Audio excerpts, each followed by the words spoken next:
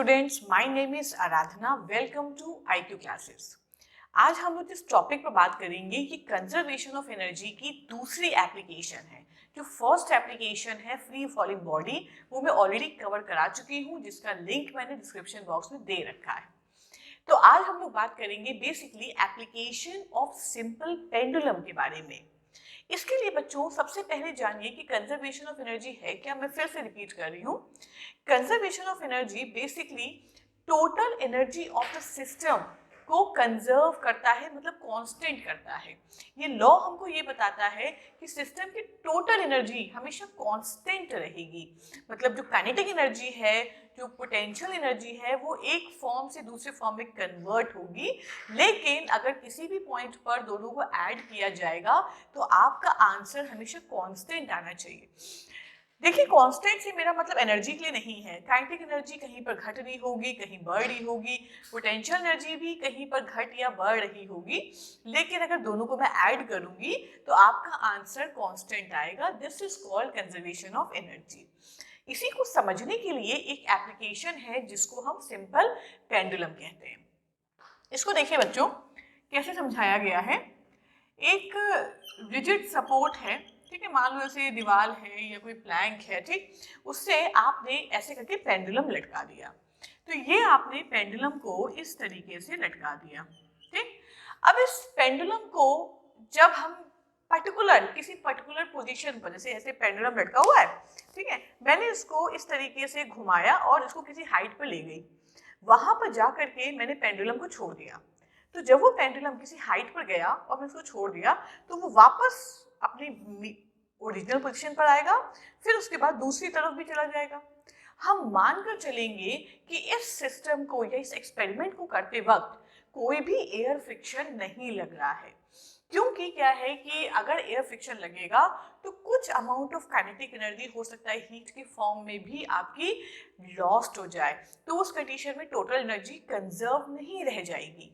तो हम पहला चीज ये मानकर चलेंगे कि बॉडी में एयर फ्रिक्शन जो है इसमें वो निग्लेक्टेड है, हम उसको कंसिडर नहीं करेंगे, फ्रिक्शन को निग्लेक्ट करके चलेंगे, मतलब बिल्कुल आइडियल कंडीशन मानकर चलेंगे, ठीक। तो हमने क्या किया कि मान लो ये पॉइंट सी है, ठीक है, और ये हो गया आपका रेफरेंस पॉइंट।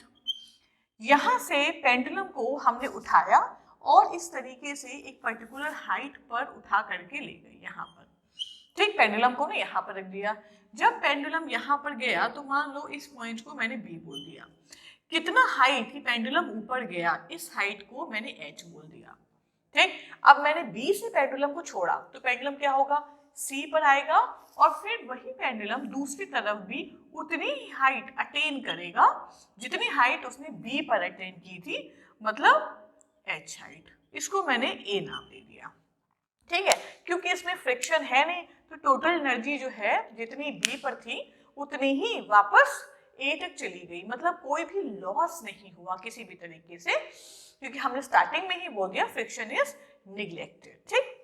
अब देखो बच्चों, पॉइंट बी की अगर मैं बात करूं तो पॉइंट बी पर पेंडुलम ने एक हाइट अटेन की है, मतलब ऐसे था, एक हाइट पर चला गया। तो जब एक हाइट पर जाएगा तो उसके अंदर मैक्सिमम पोटेंशियल एनर्जी स्टोर होगी, क्योंकि ऑलरेडी हम डिस्कस कर चुके हैं कि जैसे जैसे हाइट बढ़ती है वैसे वैसे बॉडी के अंदर पोटेंशियल एनर्जी इंक्रीज होती रहती है। तो पॉइंट बी की अगर मैं बात करूं तो यहाँ पर पोटेंशियल एनर्जी इसकी मैक्सिमम होगी। कितनी होगी, एम जी एच, क्योंकि हाइट इसकी कितनी है, एच है। क्योंकि बी पर उसको ला करके मैंने ऐसे रखा, फिर मैंने उसको छोड़ा, तो बी पर कुछ समय के लिए उसकी वेलोसिटी क्या थी, जीरो थी।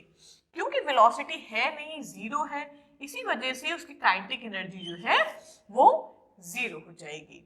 और अगर हम टोटल एनर्जी निकालें बी पर तो आपका आंसर क्या आ जाएगा, एम जी एच आ जाएगा, ठीक है।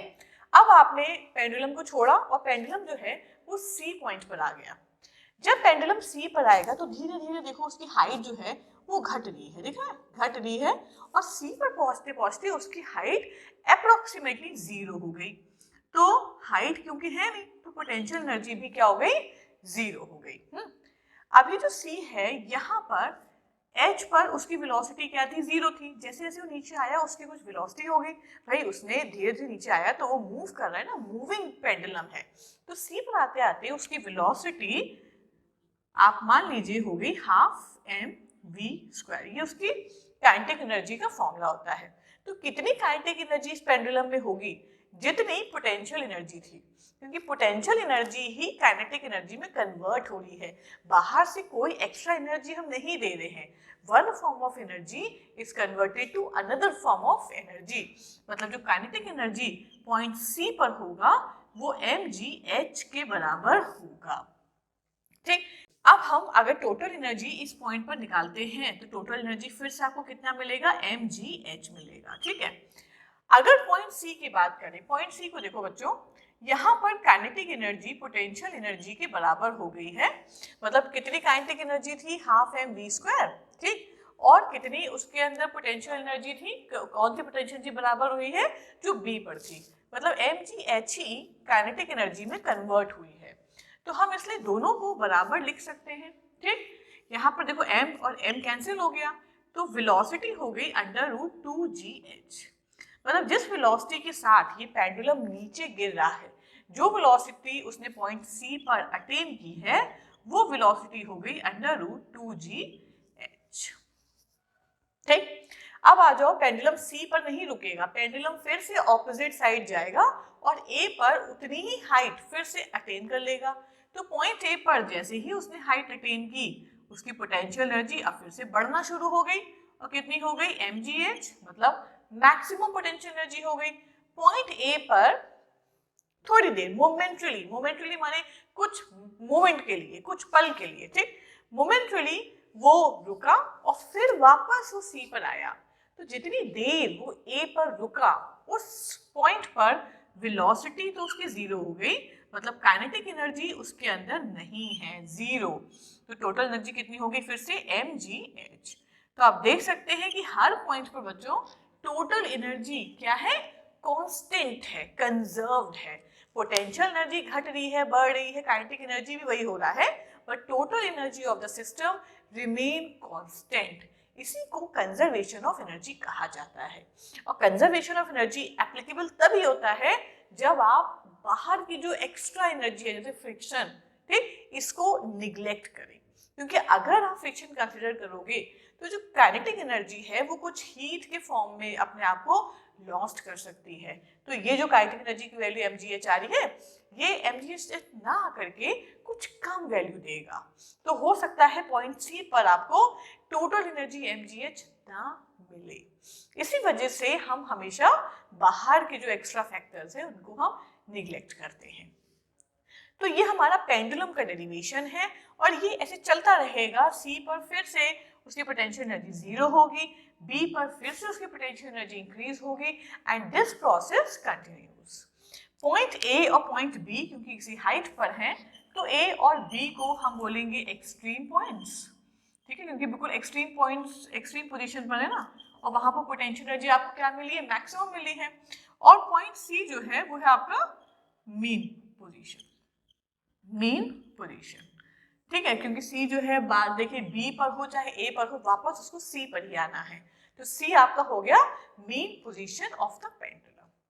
तो ये एक डेरिवेशन है। अगर इस डेरिवेशन के बारे में आपको कोई क्वेश्चंस पूछने हैं तो आप कमेंट बॉक्स में मेंशन कर सकते हैं। और अगर आपको 10th ICSE में कुछ नोट्स या कुछ टॉपिक्स में रेफर करना है तो you can visit a website www.iqclasses.in, जिसका लिंक मैंने डिस्क्रिप्शन बॉक्स में दे रखा है। Till then, bye bye.